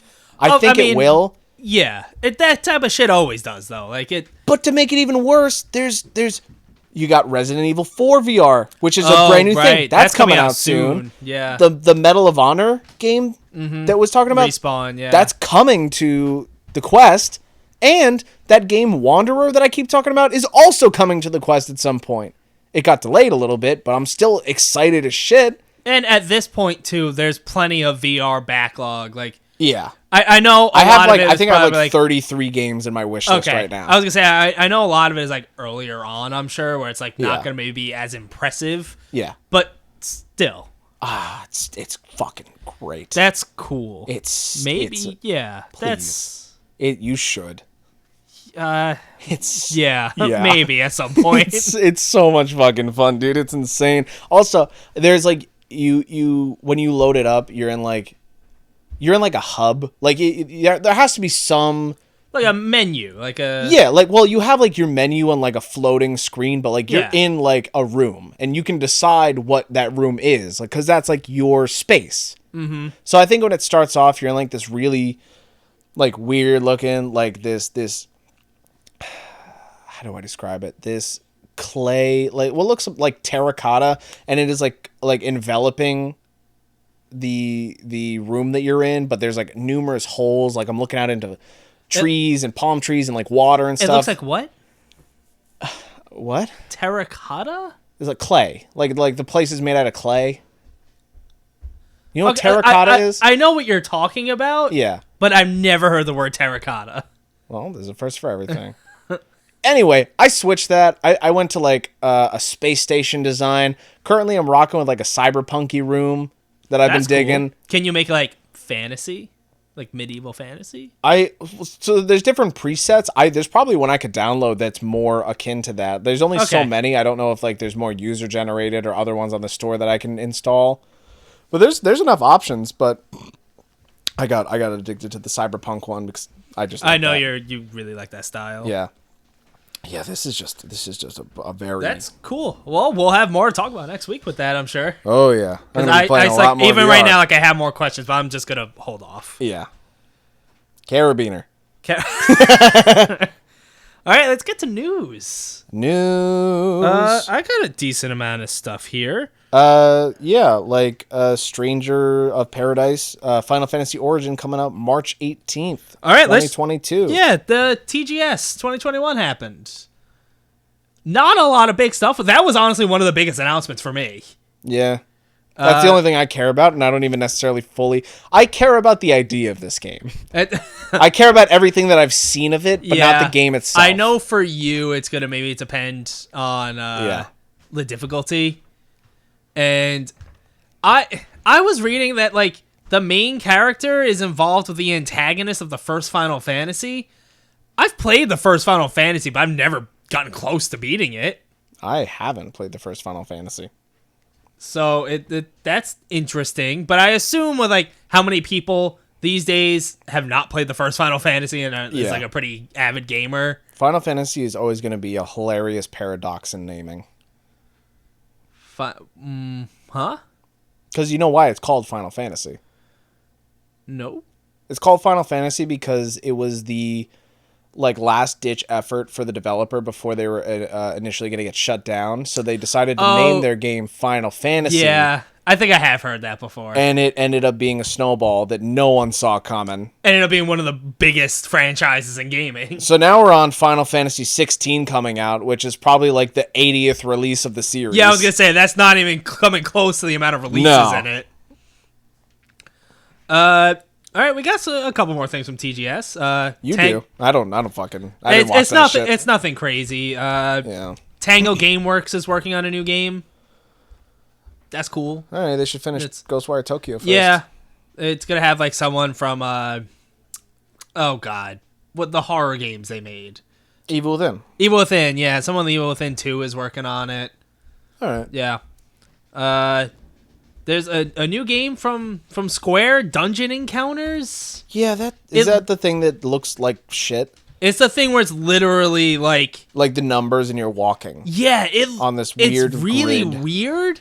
And like I guess it's different. Make Yoko Taro do it, it'll be funner. Yeah, well, we have that. Yeah. Yeah, called Dungeon Encounters. That's coming very soon. October 14th for PS4, Switch, and Steam. I don't know about that. No, it made no sense visually to me, and I don't care enough to look into it. And then there was that a really stupid name, Wanted Dead. Yeah. But that's from a lot of vets from Team Ninja making a game. You're like a cyborg cop. It looked early. It is early. But they said 2022 release. At least is what they're planning. So it kind of you know what it reminds me a little bit of Wet. You know Wet? I know Wet. It reminds me of Wet a little bit. I can see that. Yeah. It also kind of looks like the game that would be playing on a TV in some show that like 13 Reasons Why that just can't get the licensing. Yeah. And then other than that, it was basically like Phil Spencer's like, yeah, we're dedicated to Japan. Yeah. And like stuff surrounding that, which like that's cool and all, but Uncle Phil. Nothing really big from TGS. Yeah. I do want to talk about Christopher Judge though, and that whole situation. Did you see that? I did. People fucking hate him. Wait, why do people hate him? Because he got injured. Wait, is this a thing? Are people actually upset about that? I don't think so. Okay. Yeah. I was going to say, are you kidding me? What? This is a good story. So Christopher Judge, he put on Twitter that he was the reason God of War was delayed. He comes on, he's like, I'm so sorry. I'm so sorry, guys. Well, it was a whole thing like, no one approved of this message. Like, yeah. This is coming from me. This is me speak. All my tweets are my own, all right? Now get ready. He apparently needed to get back surgery, knee surgery, and both of his hips replaced. Now, that seems like a big deal to me. Mm-hmm. So that was the reason that God of War was delayed from its original release window. And at no point did Santa Monica, like, say anything about it. They never gave him shit about it. It was just always like, yeah, whatever. Take whatever time you need to recover. Yeah. We'll be here. Damn it, Chris! Go say boy in the other room right now! He rolls out of bed and is crawling to there. Bo! Bo! Another little interesting thing, he apparently quit after Cory Barlog was not going to be the director. Mm-hmm. When he found that out, he was like, I quit. Yeah. And then Barlog had to like talk to me like, Eric Williams, trust me, like it's going to be okay. No, this is what we do here. Calm down. So he stayed, and Christopher Judge then in this whole Twitter thread said, Eric Williams is a motherfucking beast. Yeah. So it's like, that sucks that you need to get all those surgeries, because that seems like a lot. Yeah. But that's just like, that's a good story. It is. I feel like the games industry doesn't have enough of that where like, no, people did good by each other. It all was like the way it should be, and everyone's happy. People are being genuine. Right, which like never, like it, especially in well, I guess in the world, but it feels like in games it's always just like people fucking suck and treat each other like shit. This is just good. I like this story. You got Blizzard coming out like, yeah, I'm genuine. I genuinely want to sexually harass you. Yeah. and then do pretty much nothing about it. Yeah. So, get me a beer. That, like, when I think of the games, I think of like that, or just like the way developers are forced to, well, maybe not eat literally their forced, kibble but and be basically, chained to their desk. like, essentially, yeah. Yeah. And like that's not cool. But this was a good story. Speaking of actors, Rosario Dawson, from like all the things that we've seen, she's in a lot. mainly in Mando, like that's her thing right now. Yeah, she's in Mando, but she's been in like a Daredevil, lot of the Marvel she's stuff. been in movies all over the place. She's going to be joining the cast of Dying Light 2 as Lawan. She is a famous AEW superstar on the one episode when she jumped on Malachi Black. Wow. Yeah. I haven't done that. That is true. It is true. So she'll be joining that game, which is cool, because I don't really think that there's really any big names connected to it. It's also interesting that like it took so long for him to say anything, because I was reading that she's apparently like a major character. Yeah. Like she's not just like a random person. Yeah. And like, I don't know how excited she actually is to be a part of it. In the videos they put out, she seems excited, but it also could just be like, here's $10,000, put on a shirt and talk good about us. Sure, but yeah. I mean, everything I've seen her in, like she's a good actor, so like, yeah, I'm sure it's good. I'm excited. I wonder if that's why Dying Light was delayed, because she needed to get her hips replaced. And she doesn't crawl into the other room. Yeah. So it's Rosario Dawson's reason why I'm mad that there's too many games in 2022 already. It's all her fault. All her fault. Twisted Metal. Looks like this reboot is like becoming more real. Mm-hmm. This is from VGC. They had a few reports this week. But it looks like the Destruction All-Star Studio is going to be making it. Yeah. And it looks like it's going to be following a similar path of Destruction All-Stars, as in it's going to be like a free-to-play model. Which, when I think it's like, I get it. I really shouldn't have an opinion. I have no attachment to Twisted Metal. I don't really have a strong attachment either. I've played a few of the games, like especially when I was younger. I played one on PSP. And when I think of Twisted Metal, like I think of like I can see why it fits that model. Personally, I want more of like the lore shit. Yeah, like, I feel like what is this world? Like, you know what I mean? If you're just gonna do if you're gonna do the baseline of what Twisted Metal is, then yeah, do a free to play model. Yeah, like I mean, I get it. If you're just there for like the crazy cars shooting each other and like this weird world, like I get it. But if you want a God of War 2018 it, then by all means. I just kind of want that for a lot of games. Well, yeah. But what was that, 2018 or 2017? God of War? Yeah. Wasn't that 2017? Because wasn't that part of the year where it was like a bunch of crazy shit came out? Maybe it's because people call it Spider-Man 2018. Maybe that's what I'm thinking. No, okay. So it came out the same year as Spider-Man. Oh my god. So it was 2018 then, if people are calling it Spider-Man 2018. When did God of War 2018 come out? Well, April 20th, 2018. All right, there you go. I should have known to trust you with the date over me. Gotcha. All right, if we're on that topic, I need to say Dead Island was not released on you Thursday, fucked up. September 6, 2011. It was released on Tuesday, September 6, 2011. You call yourself a gamer and you don't know that Tuesdays are typically the video game day. Look, when I got done with pod and I went home, I looked it up and I was like, oh no, it was a Tuesday, not a Thursday. All right. Well, all right. If we're doing this, last week we were talking about upcoming games. Oh no. Oh yeah. And we were talking about Jet the Far Shore. And in my head, I was thinking, oh yeah, this is the sequel to Far Lone Sails. I'm excited, and I'm pretty sure I was talking about like, I really like that first one. Yeah. And then like even when the review came out, or like some of those reviews, I'm seeing like, oh okay, that sucks. I was really looking forward to this. Yeah. And then at some point, like a day later, I was like, oh shit, that's not the same game at all. No. All right, so we both fucked up. But it's okay. Is it? Yeah. All right, I was almost fired over it. So. Really? Yeah. Must have been self versus self conflict. I almost fired myself. Sony continuing to buy studios. Yeah, they fucking finally announced officially that they bought Blue Point. Yeah, because like they announced it, and then Blue Point was like, Well, No. Sony Japan was like, Yeah. yeah! We got him. And then the rest of Sony, which is also Japan, was like, guys. But then even Bluepoint was like, yeah, no, that's not happening. We're our own thing. This is never going to happen. Ever. In public. Here we are. So yeah, they bought Bluepoint. I mean, it makes sense. I'm interested to see. There was like no word on like what their next game is, so No. I wonder like, are they going to continue just kind of doing these large scale remakes, or are they going to like do their own new thing? Split the team in two and then have them make a Shadow of the Colossus sequel. I would. I mean, you kind of have a Shadow of the Colossus because it was heavily hinted that The Last Guardian is in the same world. I don't know. That's not what I want. I don't even know if it was confirmed, but I feel like it was basically confirmed. You know what I want.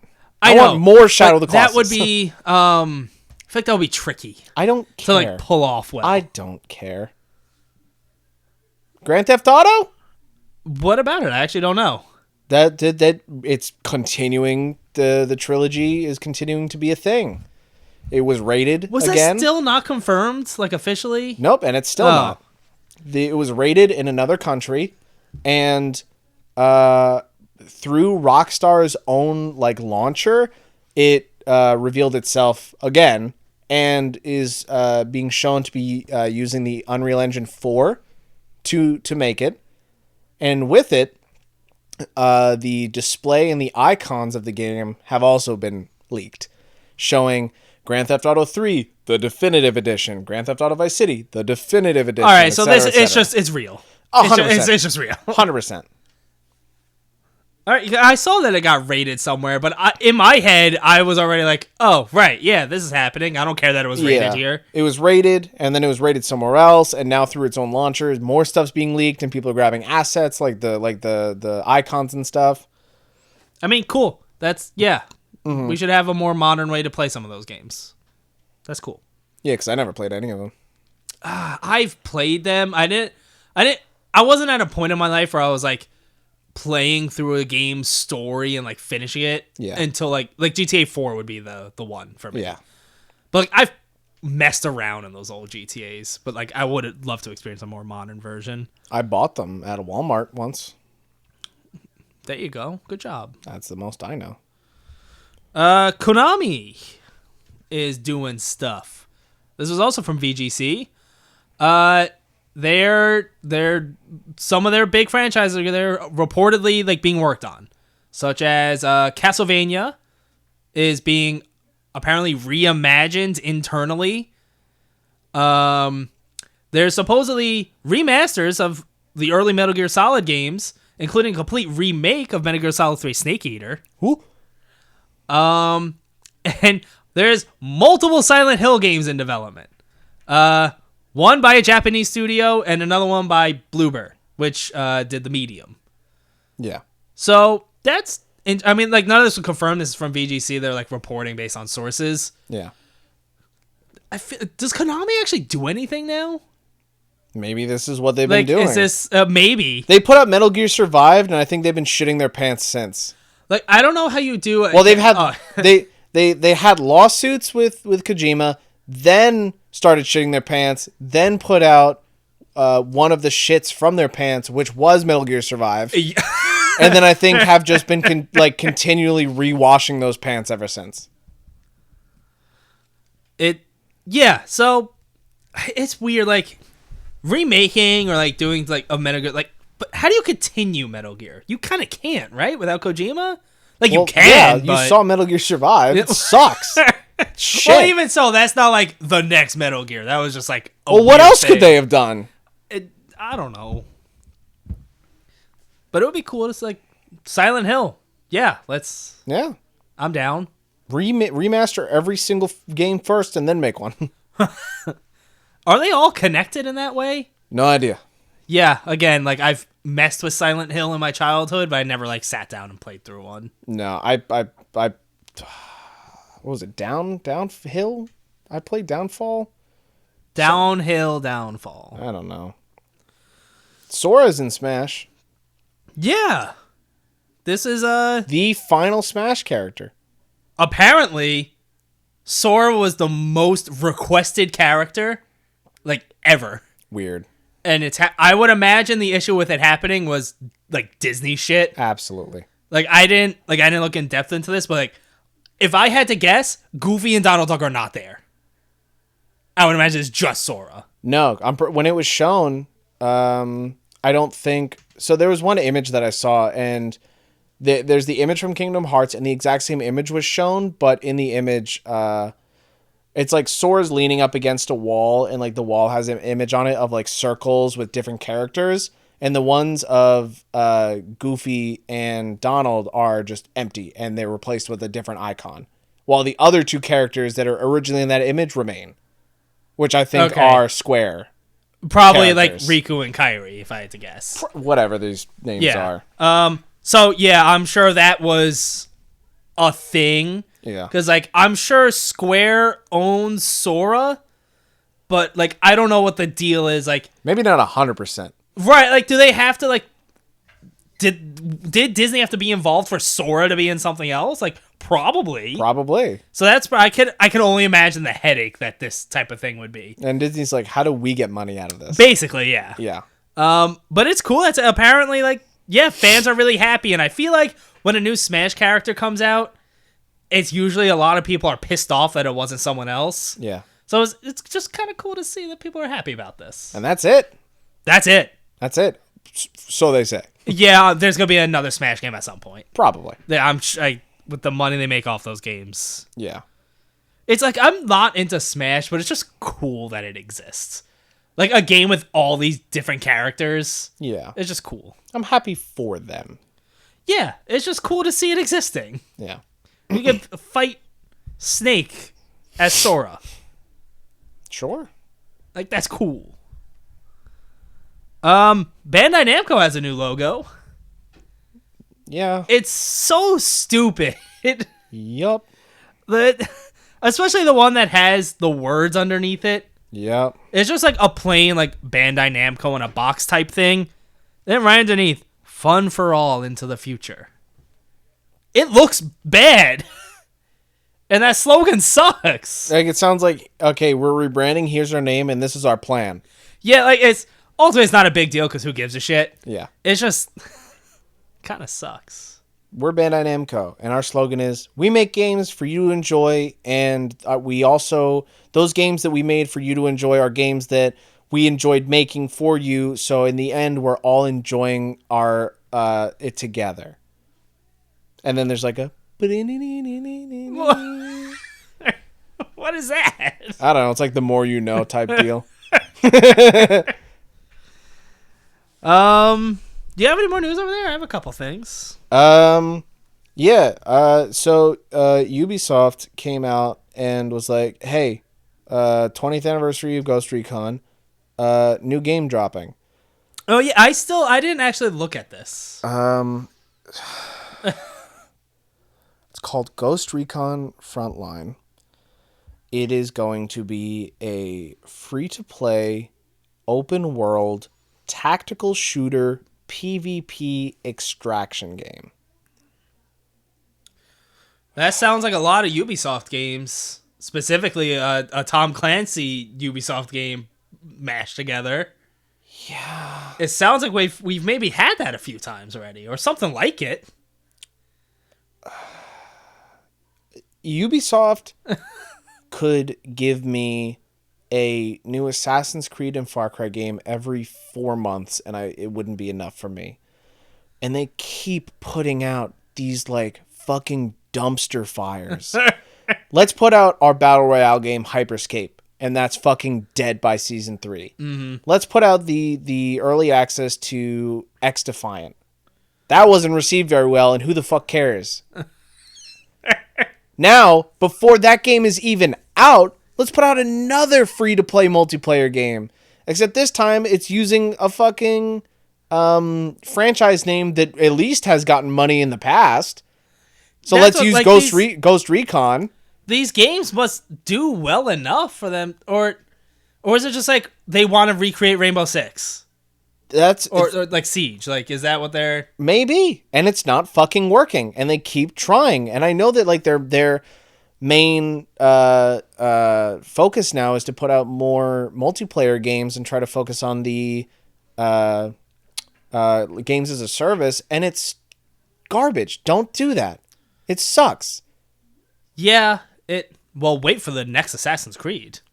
That, like, I don't know. My brain thinks of it as there's a trend with the new generation of gamers coming in, as there was trends with us coming in and the generation of gamers above us, where like these companies see the trends and they're just like they're just molding around them, and everything that was once loved by that generation is just being thrown out the window, and everything new sucks.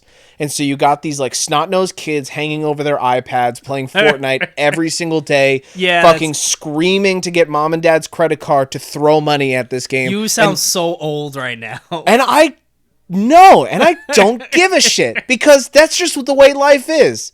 Every single generation from the beginning of time to the end of time is just going to do this. That's just the way it is. Yeah. We're all going to become our parents in one form or another, because that's life, and then we die. Spoiler alert. I don't think anyone needs that spoiler alert. Anyway. So they're following these trends, and they are just like they see these kids and like these trends, and they're just trying to jump on them, and they are making the wrong decision every single time. And now they're putting out these half-assed multiplayer games with no like structure, no meat on it. It's just like bones. And they put it out there to die and just see what they can get back from it. Yeah, that's the thing is, like, it takes something like a Fortnite happens. Yeah. To where it explodes in popularity and Fortnite makes billions of dollars regularly. Yeah. Of course, you'd be a moron not to try. So, like, yeah, all the different game companies are like, well, can we have one? Like, but how many times are you going to try? Yeah, Ubisoft really keeps trying. Yeah, they were like, we opened like 18 more studios this year. I think we shut down like 20 of them, though. Like, and we more sexual harassment. Ubisoft. Yep, another one with those issues. Okay, Sit and Chronicle was announced. This is Sega's new RPG. Coming to mobile. Only. Woo. It's a turn-based thing. It looked like if you have seen a mobile RPG in this style, it looks like that. Okay. The thing that I think is kind of interesting, that they're really hankering down on the decisions thing. So, like, they're saying you have to make decisions. You can only make it once because it, like, saves on their servers. You can't make a decision and go back. Make a decision, that's it. And each chapter, like, some chapters may take up to 10 hours to complete. What the fuck? And then each chapter, like, there's going to be a decision, and each chapter ends with, like, a big decision that will affect things, like, in the next chapter. So they're saying, like, each playthrough can be very different. That's intriguing to me. Now, half the time people talk about, like, studios talk about decisions and that shit, it, like, never pans out to be that large scale. No. Or, like, that big of a deal. And the gameplay, I saw it and I was like, this interests me none. But that part kind of has me intrigued. All right, so why didn't you fucking use that in a normal game? No, because Genshin Impact. Fucking That's why. Ugh. These trends suck. Just make single-player games. I'm going to jump into the next trend. Do you remember when Sean Layton had an interview recently where he talked about, like, just games, like why he left PlayStation, but also like games being expensive, and they're only getting more expensive? Let me talk about Paradox for you. They have canceled several unannounced games to focus more on sequels and games that will be so-called safer for them. God, and you know what the worst part about that is? Give it like 6 years from now. 6 years from now, like, one of those demos is just going to say fuck it and just get put on YouTube. And then people are going to go, that would have been incredible. But you know what we got? We got fucking Boingo Boingo 2. But I love Boingo Boingo. Yeah, but obviously the first one's better. No one wanted a sequel. You didn't need one. I need a sequel to Boingo Boingo. I don't get... Yeah, well, we could have had Bingo Bongo. Ooh. Yeah, exactly. It's intriguing. We could have had that. But no, Boingo Boingo 2. I'll take a bingo bongo. Yeah. But yeah, and so games get more expensive, and companies just want safer things to get them money. Kind of sucks. I remember reading one of the Jason Schreier books, and they were talking. It was going over the team that does Age of Empires, and you reading through these chapters, and they were like, "All right, we just finished Age of Empires 2, Age of Empires 3. What are we gonna do next?" And then Xbox was like, "Age of Empires, obviously," and they were like, "But we don't," and they were like, "Well, you're gonna make Age of Empires. It's cheaper. We want it. We don't have RTS games on console. That's what you are." Mm-hmm. And it sucks. I kind of believe that, like, if a developer has an idea, and especially if they're established, like, yeah, they made some good shit, just fucking let them do it. But that's what sucks, is because you have to be so established. You have to be the Kojima. You have to be the Ken Levine. You have to be this. You have to be that. And it's like... It does suck, because, like, don't get me wrong, like, I love God of War and, like, what they're doing with it and what they have done with it. Yeah.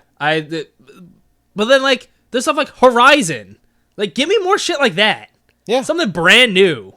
And, like, obviously, like, yes, now I am also very much looking forward to a Horizon sequel. Yeah, but it's like, not like a... It's still... It's big and it's new, so it hasn't necessarily run its course yet. Right, and I'm like, that's what I'm trying to say, too, is, like, don't, like, Final Fantasy 16, I'm very much looking forward to that. Like, yeah, but that's big. It's big, right. But, like, yeah, you need new shit. Yeah. And it might not be the safest, but you make a new thing that is good, it'll probably do well. Yeah. I don't know. It's kind of a bummer. Do you have any more news? I have 2 more things. I have one, and I feel like yours is going to be one of them. What is it? It's the Game Awards. That wasn't. Oh, why the fuck wouldn't you talk about that? I don't know. All right.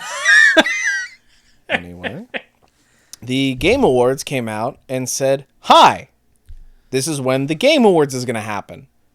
So this year, on December 9th, is going to be the Game Awards. Did they say what time it's going to start? I don't... Like, actual time? That I'm not too sure of. Because I wasn't seeing, like, I went to the Game Awards website. I wasn't seeing anything. Game Awards 2021. That's a Q. Boop. Oh my god. Oh, this isn't going to work, is it? Because their website sucks. Oh, God. So bad. So bad. I'm pretty sure they didn't say the time. I don't think so. But yeah, it's going to be December 9th. That's reveal coming soon. Okay. And then rewatch 2020. Yeah, yep. That's it's going to be on a Thursday. We have nothing official to announce, but we have some thoughts and plans. We got fucking plans. We got a lot of thoughts and plans revolving around Game Awards, Game of the Year in general. And season 2. So what? What? There'll be some fun stuff to announce sooner rather than later. Yeah. Do you know Ilphonic? The studio? They made Friday the 13th. Oh. They're reportedly making a Ghostbusters game. Well, not reportedly. Apparently the dude, like, straight up accidentally said it. Like, yeah, we're working on Ghostbusters with no, like, he didn't say what type of game. If it has anything to do with the Friday the 13th type. So I was going to say, I could totally see it being kind of... Here's the ghost, and then you have the 4 Ghostbusters. Yep. Fuck That's that. what I would imagine. I would love, like, a cool single-player story Ghostbusters thing, though. This is just my opinion, Okay. but those games are, like, the kind of shit that I'm scraping off the bottom of my shoe. I fucking hate those games so much. I find those games fun to watch, No. like streamers or YouTubers play. No. I have no interest in playing them myself, though. I think they're fun to not hear about. Friday the 13th. See, I don't know if you're talking about the game, the movie, the comic, so I have no issue. I'm just talking about the day. The day? Yeah, that's fine. You're okay with the day? Oh, yeah, I got no problem with the day. All right. What about Choo Choo Charles? You got any problems with Choo Choo Charles? No, I got a lot of positives about Choo Choo Charles. So yeah, this Why did this blow up? Is it just because it's like it's ridiculous? It's absurd. Okay. And apparently possibly based off a Stephen King character. Yeah, I'm not really sure what the deal is with that. Yeah. So yeah, this upcoming Steam game just kind of blew up. Yeah. You're on an island. And you're controlling this train to get around the island. That you can like upgrade the train. You have this little small yellow engine. Yeah. Just the one car engine. And you got to run in and you got to hit forward and you're riding in the train and there's a little turret on the back. Because you're being harassed by Choo Choo Charles. Who is this like bloodthirsty also engine, but it has spider legs. It runs like a spider. Menacing clown face. Yeah. That creates a combo that's just like... I don't know if it's like supposed to be like actually scary. It's not. It's absurd, but it's like... I mean, maybe when you're playing, but like it then cuts to like you having to go down and like switch the lanes on the track so you can take a left instead of a right and then continue on like the map. I get why that could be like tense. Yeah. But I look at the fucking thing that's chasing you. It's just like... It's absurd. It's ridiculous. It's something.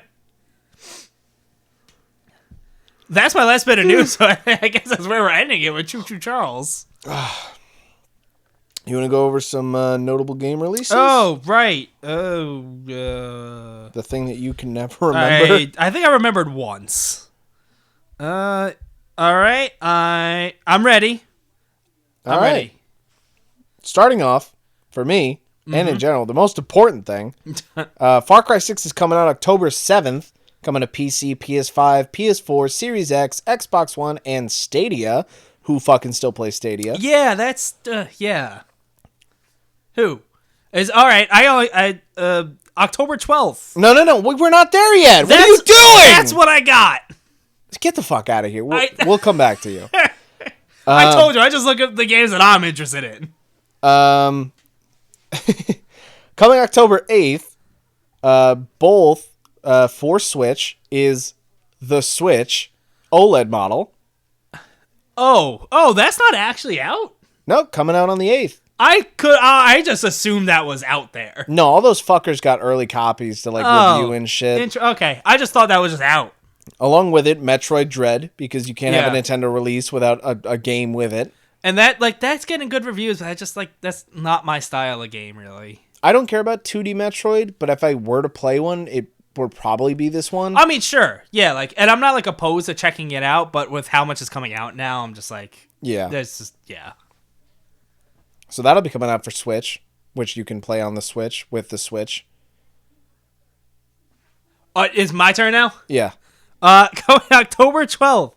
Back for Blood. It'll be on Game Pass. And I assume PC like Steam and stuff, but it's on Game Pass. Why would you do it that way? PC, PS5, PS4, Series X, Xbox One, Game anywhere Pass. else? Unless you only have a PlayStation. Which, okay, I get it. Sure. But if you have an Xbox or a PC, it's playing on Game Pass. Play wherever you want, however you want. Game Pass. Also coming out on October 12th for Series X, Xbox One, and Switch is the Disco Elysium Final Cut release for those consoles. I want to play that game. I do too. I just don't know when. Watch that be another 10 out of 10 that's just like, is this really a 10 out of 10? Didn't that game did get a 10? It did. Quite a few places, didn't it? Yes. So yeah, it's... And we just want to thank Frank Provo for trying Over the Hedge for Game Boy Advance one more time. We put it out there on Twitter. He responded. We weren't actually teasing him or anything. It was all in good fun. He played 2 chapters worth. That's honestly, I'm surprised he did. I thought it would see that and just be like, what is going on here? It's a good game. Well, Frank Provo would disagree. Yeah, well, I was watching gameplay on YouTube and I was excited. I love that game. I love that movie. That's gonna do it. That'll probably be it. That will be it. There's no probably. It just is it. I got nothing else. Do you have anything else? I could extend it. I could just talk. I mean, why? I don't know. Do you have anything of substance to say, or are you just going to talk? I guess that'll do it. Exactly. But it doesn't have to be. That's going to do it. All right. Good night. Yeah, thanks for listening. Good morning. Episode 19? 19? Rapidly approaching 20. Or we can almost drink soon. Should we drink? Should we drink on episode 21? You have to, drive home after, so... I'll figure it out. I guess if you really wanted to, we could arrange something for you. I also just don't drink those. What's going on, everybody?